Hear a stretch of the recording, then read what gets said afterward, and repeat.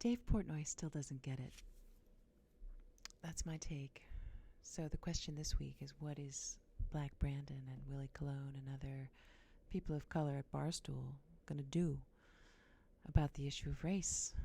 My name's Smugsy. I'm the Barstool Cougar, here to help unpack and break down what's going on over at Barstool. And this week, of course, what's going on at Barstool is what's going on everywhere, and that is people are continuing to talk about race and racism. And in this reckoning, Dave Portnoy fell short this week, in my view. So let's break it down. So what happened?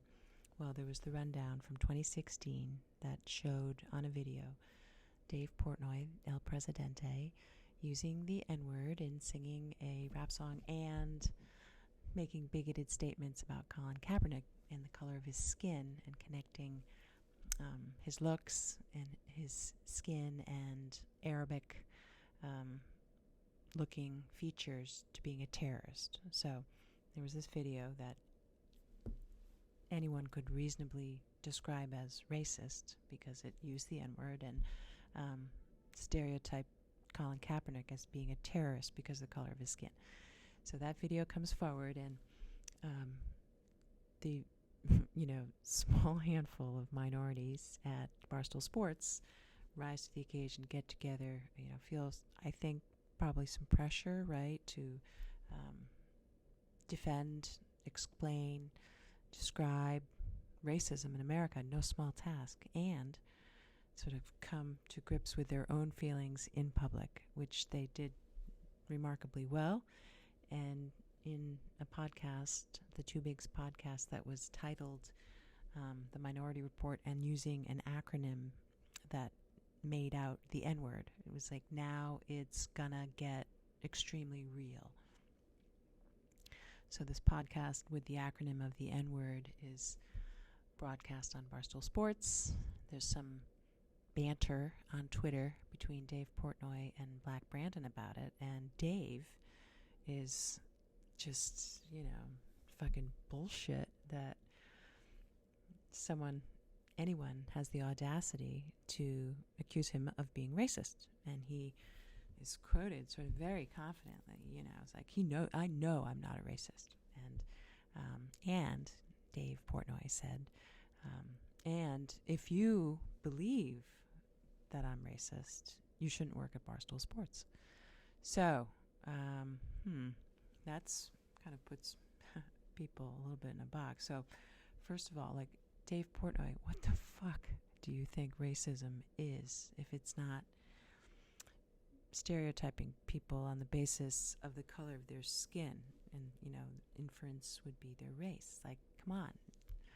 It can't be that there are no racists, because there is systemic racism. So his response was an example of what now is generally referred to as white fragility, because, it's this idea that somehow, don't accuse me of racism because I can't, I'm so against racism that you're accusing me of it. It offends me.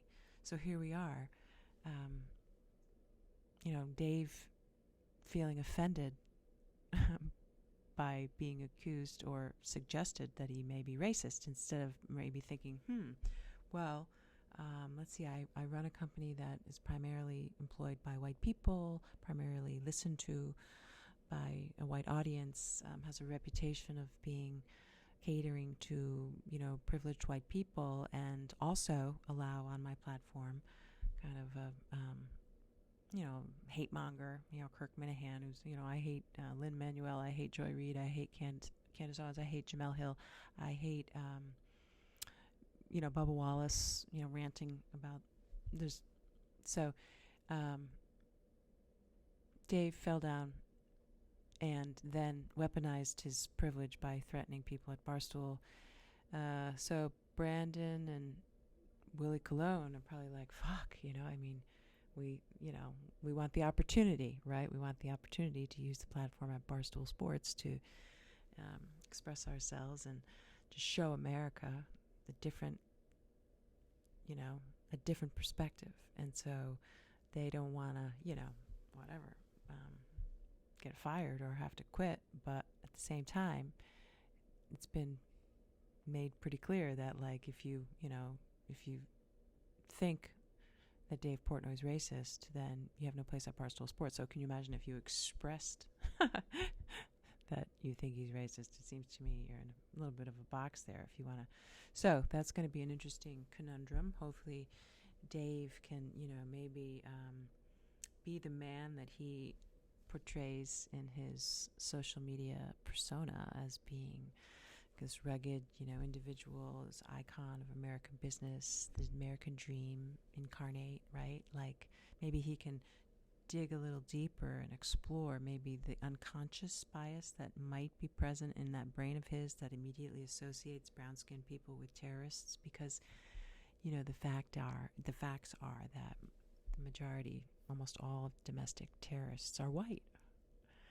And terrorism and white supremacy is rising in large part because of angry white guys ranting on broadcasts about,